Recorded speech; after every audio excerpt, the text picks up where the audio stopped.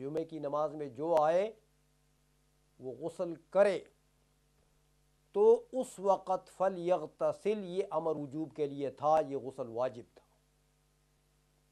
کہ کیفیت یہ بنتی تھی پھر مسجد میں اگر غسل نہ کرتے تو یہ بدبودار سی گویا کی فضا بن جاتی تھی۔ اس لیے ابتدائے اسلام میں یہ جمعے، عیدین وغیرہ کے لیے غسل کرنا واجب تھا، واجب تھا۔ عرصہ گزرا، اللہ تبارک و تعالیٰ نے کرم فرمایا، لوگوں کو سہولتیں بھی ملی، بدنی کسب بھی بعض لوگ کرتے ہیں، بعض نہیں کرتے تھے، بعض کرتے تھے، سب لوگ بدنی کسب سے بھی گویا کہ جان چھوٹی، اور اسی طرح سہولتیں آئی تو مسجد کی بھی توسیع ہو گئی، چھت بھی اونچی ہو گئی، اسی طرح لوگوں نے وہ وولن کپڑے بھی چھوڑ دیے، کپڑے بھی اور آ گئے،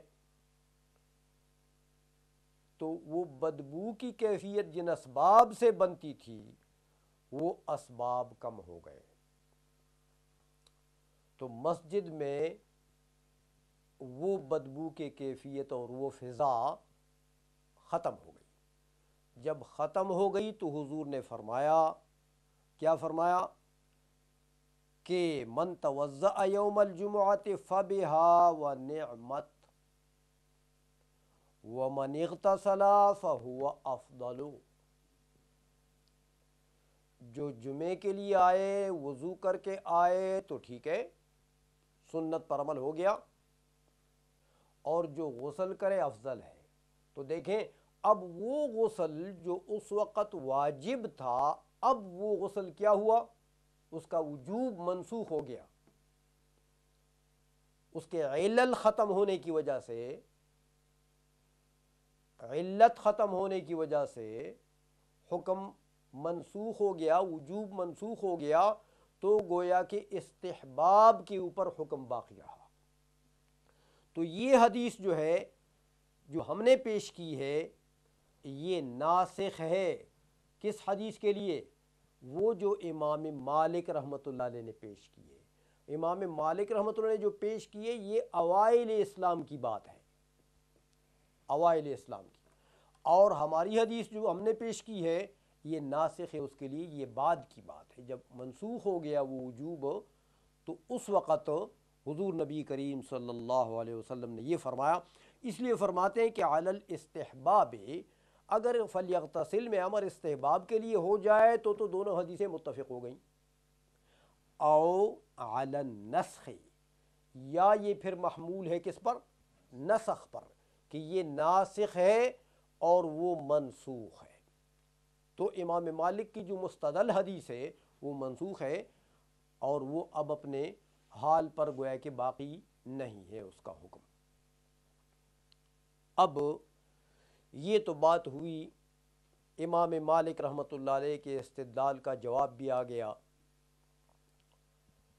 اب اس سے آگے ذرا چلتے ہیں کہ جمعے کے دن کا جو غسل ہے ہمارے نزدیک مستحب ہے، تو آیا یہ غسل دن کے لیے ہے یا یہ غسل نماز جمعہ کے لیے ہے؟ جمعے کے دن کے لیے غسل کرنا ہے افضل ہے، یا جمعے کی نماز کے لیے غسل کرنا افضل ہے؟ یہ دو قول ہیں یہاں پر، سمجھ میں آ گئی ہے؟ حضرت حسن ابن زیاد جو امام اعظم رحمۃ اللہ علیہ کے اعظم تلامذہ میں سے ہیں، شاگردوں میں سے ہیں، ان کا قول ہے کہ بھائی یہ غسل جو ہے یہ جمعے کے دن کے لیے ہے، دن کے لیے، جب جمعے کا دن ہو جائے تو غسل کر لو، غسل مستحب ہے۔ اور اس حدیث کو وہ لیتے ہیں دوسری حدیث کو اپنی تائید میں کہ حضور نبی کریم صلی اللہ علیہ وسلم نے ارشاد فرمایا کہ بندے کے اوپر اللہ کا حق ہے کہ 7 دنوں میں 1 مرتبہ غسل کر لے، 7 دنوں میں 1 مرتبہ غسل کر لے۔ تو 7 دنوں میں 1 مرتبہ غسل کرے، اور اس 7ویں دن کو اس حدیث نے متعین کر دیا کہ من توضأ یوم الجمعۃ فبہا ونعمت ومن اغتسل فهو افضل۔ سمجھ آئیے؟ تو 7واں دن کون سا ہوا اس غسل کا؟ وہ جمعہ۔ تو حضرت حسن ابن زیاد فرماتے ہیں کہ یہ جمعے کے دن کے لیے غسل ہے، دن کے لیے۔ امام ابو یوسف رحمۃ اللہ علیہ جو ہمارے اجلہ ائمہ میں سے ہیں، وہ فرماتے ہیں کہ نہیں، یہ غسل جو ہے ثم هذا الغسل للصلاة عند ابی یوسف، یہ جو غسل ہے یہ صلاۃ کے لیے ہے امام ابو یوسف رحمۃ اللہ کے نزدیک۔ فرماتے ہیں صاحب کتاب کہ وہ هو الصحیح، مفتابی قول یہی ہے کہ صلاۃ کے لیے ہے، صحیح یہی ہے۔ کیوں جمعے کا قول کیوں مفتابی نہیں ہے؟ حضرت امام ابو یوسف رحمۃ اللہ علیہ کے قول پر ایک استدلال پیش کرتے ہیں، فرماتے ہیں کہ لزیادت فضیلتها علی الوقت، کہ وقت کے اوپر نماز کو فضیلت زیادہ ہے،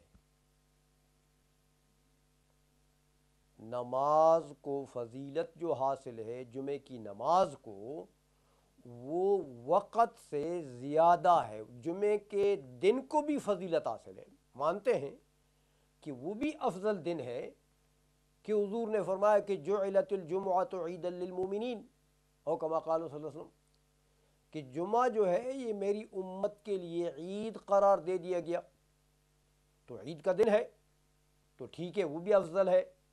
حتیٰ کہ حدیث شریف میں آتا ہے کہ جمعے کے علاوہ دوسرے 6 دنوں میں جو عمل آپ کریں گے نیک، اس کا بھی ثواب اللہ تبارک و تعالیٰ کے یہاں قبول ہو جائے تو ملے گا، لیکن جمعے کے دن اگر آپ کریں گے تو 70 گنا اس کا ثواب زیادہ ہے، بالخصوص صلاۃ و سلام کے لیے حدیث ہے۔ سمجھ میں آ گئی ہے کہ آپ جمعے کے دن صلاۃ و سلام زیادہ پیش کریں حضور پر، کہ 70 گنا اس کا ثواب دوسرے دنوں سے زیادہ ہے، اور باقی نیک اعمال کے لیے بھی ہے۔ تو اب یہ جمعے کے دن کی فضیلت ہے نا، کہ 70 گنا ثواب نیک عمل کا زیادہ ہو جاتا ہے، تو جمعے کا دن بھی افضل ہے، اس کی بھی فضیلت ہے، وہ بھی ہم مانتے ہیں، لیکن نماز کی جو فضیلت ہے وہ جمعے کے دن کی فضیلت سے زیادہ ہے، امام ابو یوسف فرماتے ہیں۔ تو جب نماز کی فضیلت زیادہ ہے تو غسل بھی نماز کے لیے ہونا چاہیے، غسل بھی نماز کے لیے ہونا چاہیے۔ ایک دوسری دلیل یہ فرماتے ہیں کہ وہ اختصاص طہارت بہا، کہ غسل سے جو چیز حاصل ہوتی ہے وہ کیا ہے؟ طہارت، اور طہارت کا تعلق جمعے کے دن سے تو نہیں ہے، طہارت کا تعلق تو نماز سے ہے، کہ نماز بدون طہارت نہیں ہوتی ہے۔ سمجھ آئیے؟ تو جمعے کا دن تو نجس آدمی کے اوپر بھی آ جائے تو گزر جائے گا، وہ تو کیسے بھی ہو وہ تو گزر ہی جائے گا، چاہے افضل دن ہے۔ اس لیے فرماتے ہیں کہ یہ جو طہارت جو غسل سے حاصل ہوتی ہے اس کا تعلق بھی، اس کا اختصاص بھی نماز سے ہے۔ تو جب نماز سے ہے تو پتہ لگا کہ یہ غسل جو ہم کہتے ہیں کہ افضل ہے جمعے کے دن، یہ نماز کے لیے افضل ہے۔ آئی سمجھ میں؟ فرماتے ہیں وفیہ خلاف الحسن، حضرت حسن ابن زیاد کا اس میں خلاف ہے، وہ فرماتے ہیں کہ نہیں دن کے لیے ہے۔ حسن ابن زیاد کا قول ہے کہ یہ دن کے لیے ہے۔ ذرا اختلاف تو ہمارے ائمہ کے درمیان میں یہ ہو گیا، قول راجح بھی ہو گیا، مفتابی قول بھی آ گیا، لیکن اختلاف کا ثمر کیا ہے؟ دیکھیں، ائمہ کا جو اختلاف ہوتا ہے اس کا کوئی نہ کوئی ثمرہ ہوتا ہے، تو اختلاف کا یہاں ثمر کیا ہے؟ اختلاف کا ثمر یہ ہے، یہ بات یاد رکھیں کہ جب امام ابو یوسف رحمۃ اللہ علیہ فرماتے ہیں کہ یہ غسل مستحب ہے نماز کے لیے، نماز کے لیے، تو اس کے پھر معنی یہ ہوئے کہ اگر ایک آدمی نے نماز سے پہلے غسل کر لیا، غسل کر لیا تو غسل کے اندر وضو بھی ہو گیا، جیسے غسل کا طریقہ آ چکا ہے اس کے اندر غسل بھی ہو جاتا ہے، مضمضہ استنشاق فرض ہے وہ کرے اور باقی سارے بدن پر، اور سنت طریقہ وہی ہے کہ وضو بھی اسی طرح کرے جیسے غسل کا طریقہ پہلے گزرا ہے، تو غسل کرے اس طریقے سے تو وضو بھی ہو گیا اس کے اندر، تو طہارت تو آ گئی ہے۔ اچھا، غسل ہو گیا، اس غسل کے بعد ابھی جمعے کی نماز اس نے ادا نہیں کی ہے کہ وضو ٹوٹ گیا، وضو ٹوٹ گیا، اور جا کے اب اس نے وضو کر لیا تو وضو سے اس نے نماز جمعہ ادا کر لی، تو نماز جمعہ تو غسل سے ادا نہ ہوئی، غسل نماز کے لیے نہ ہوا،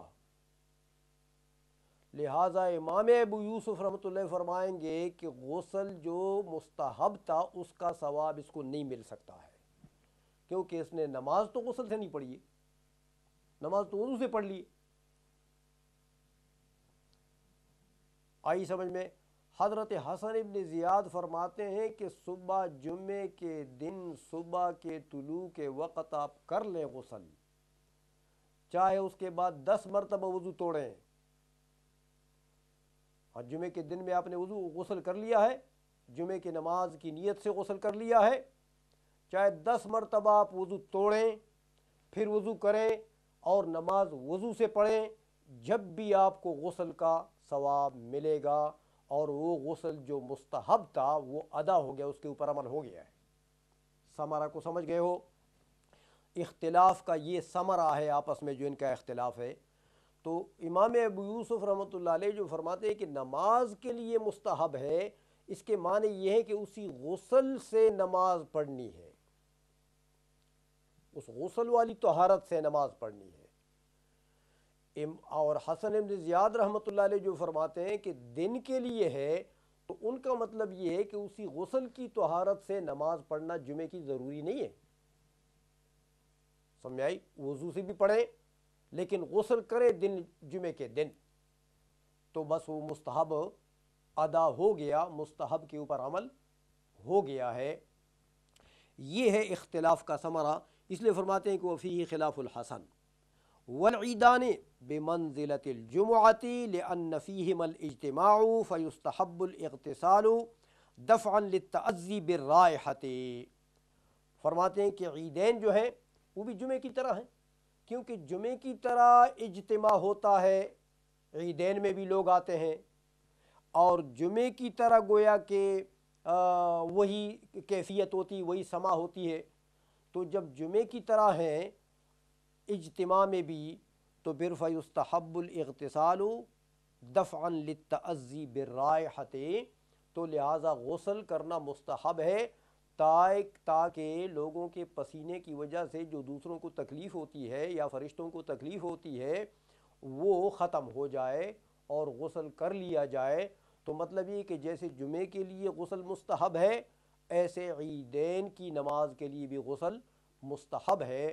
ٹائم ہمارا ختم ہو گیا ہے، اس پر اکتفا کرتے ہیں، انشاءاللہ العزیز آگے عرفہ اور احرام کا جو مسئلہ ہے وہ رہ گیا ہے، اگلے درس میں انشاءاللہ اس کو مکمل کریں گے۔ وآخر دعوانا ان الحمدللہ رب العالمین، وصلی اللہ تعالی علی حبیبی سیدنا محمد وآلہ وصحبہ اجمعین برحمتک یا ارحم الراحمین۔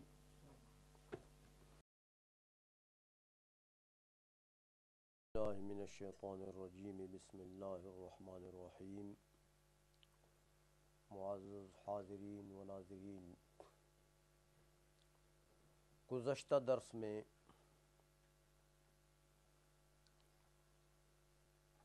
جمعہ کے غسل کا ذکر ہوا تھا، ساتھ مختصر سا یہ بھی بتا دیا تھا میں نے کہ والعیدان بمنزلۃ الجمعہ، دونوں عید جو ہیں یہ جمعہ کی طرح ہیں۔ مطلب یہ کہ گویا کہ جس طرح جمعہ کے لیے غسل مستحب ہے، اسی طرح عیدین کے لیے بھی غسل مستحب ہے،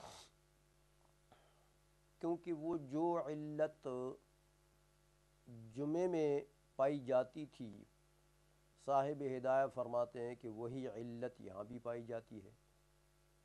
علت کا بیان ہوا تھا کہ چونکہ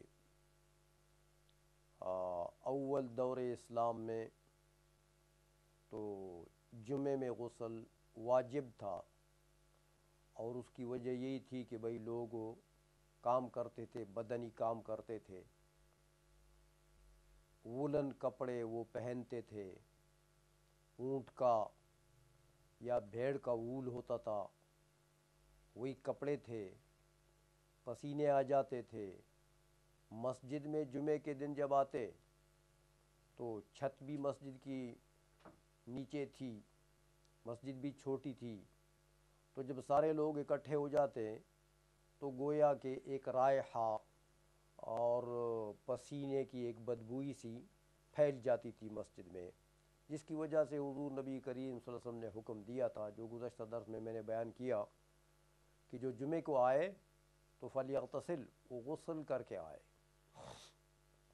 تو فرماتے ہیں کہ لأن فیہم الاجتماع، کہ عیدین میں بھی جمعے کی طرح لوگ جمع ہوتے ہیں۔ فیستحب الاغتسال دفعا للتأذی بالرائحۃ، تو جیسے وہاں پر وجوب تو منسوخ ہو گیا، بعد میں جب اللہ تبارک و تعالیٰ نے فراخی گویا کہ کر دی انسانوں کے اوپر، لوگوں کا اپنے بدنی اعمال اور کسب بھی کم ہو گیا، اور کپڑے بھی ٹھیک ہو گئے، کاٹن وغیرہ کے کپڑے آئے، اور لوگوں کو سہولتیں بھی ہو گئی، مسجد میں توسیع بھی ہو گئی، سارا کچھ وہ علت زائل ہو گئی، تو پھر وہ وجوب ختم ہو گیا اور استحباب باقی رہ گیا۔ تو ابھی جس طرح جمعے کے لیے غسل مستحب ہے، اسی طرح عیدین کے لیے بھی غسل اپنے استحباب کے اوپر ہے۔ تو آگے فرماتے ہیں کہ یہ تو عیدین اور جمعے کی بات ہوئی۔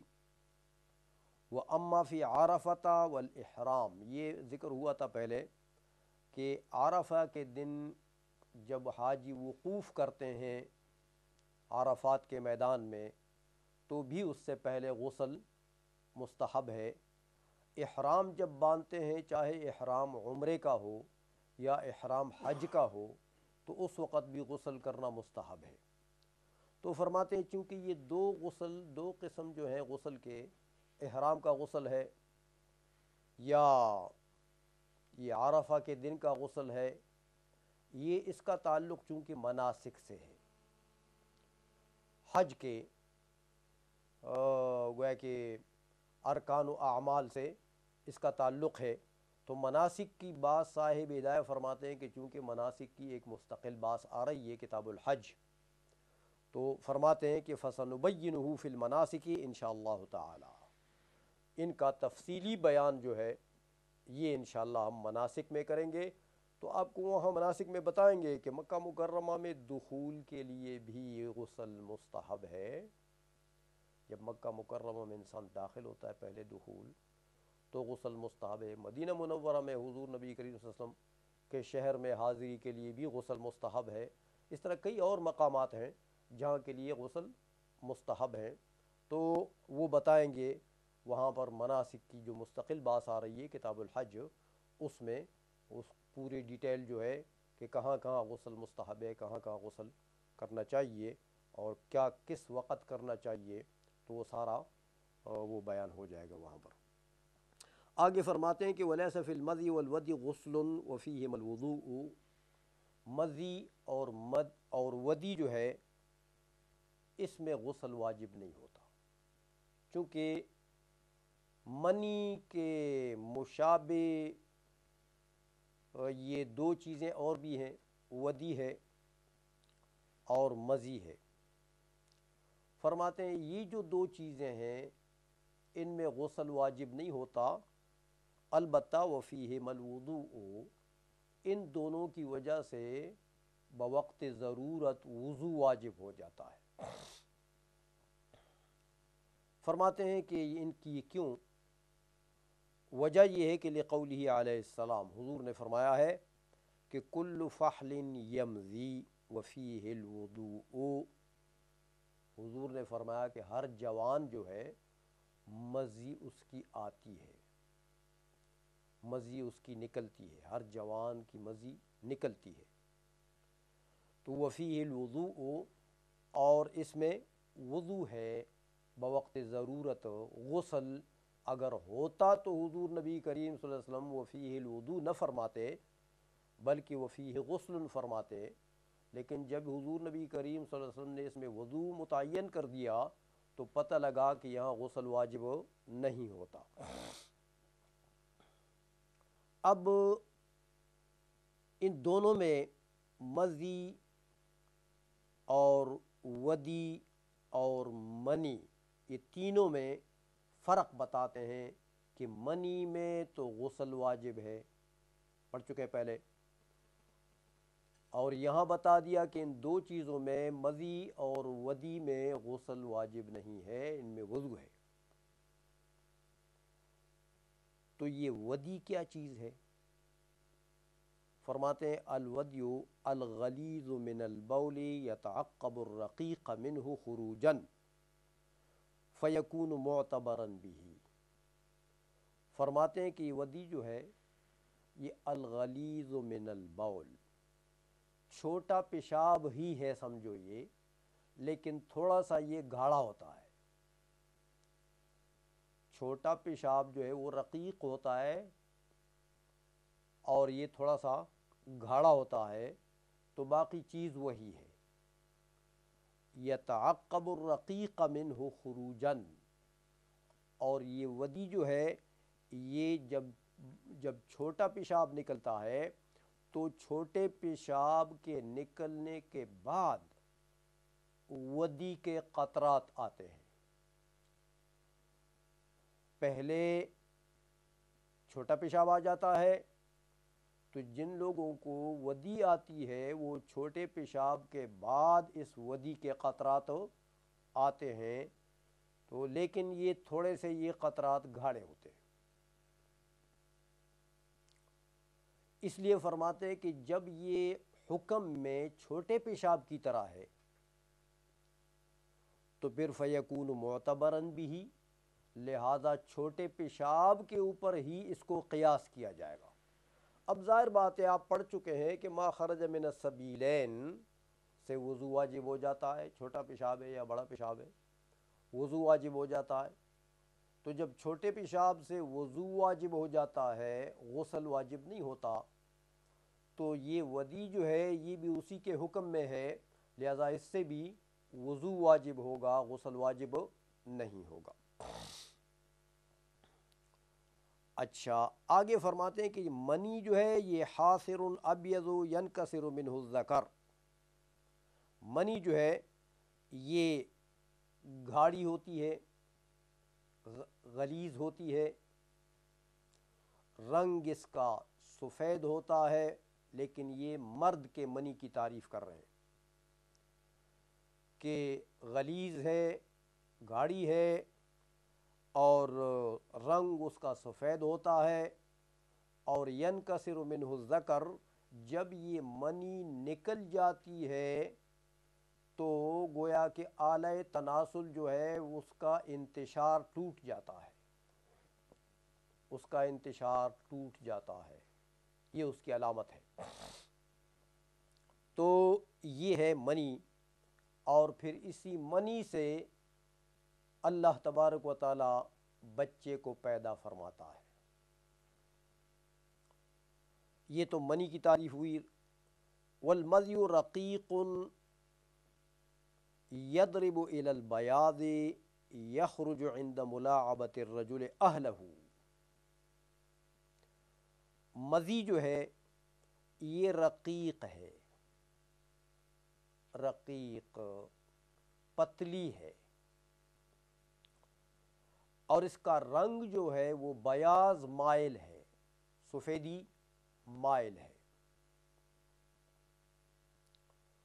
یہ جو مذی ہے یہ نکلتی ہے کس وقت؟ عند ملاعبۃ الرجل اہلہ، جب مرد اپنی بیوی کے ساتھ گویا کہ خوش طبی کرتا ہے اور ملاعبت کرتا ہے، یعنی ایسے ہی خوش طبی میں گویا کہ کچھ نزدیک ہو رہا ہوتا ہے، تو اس وقت یہ مذی نکلتی ہے۔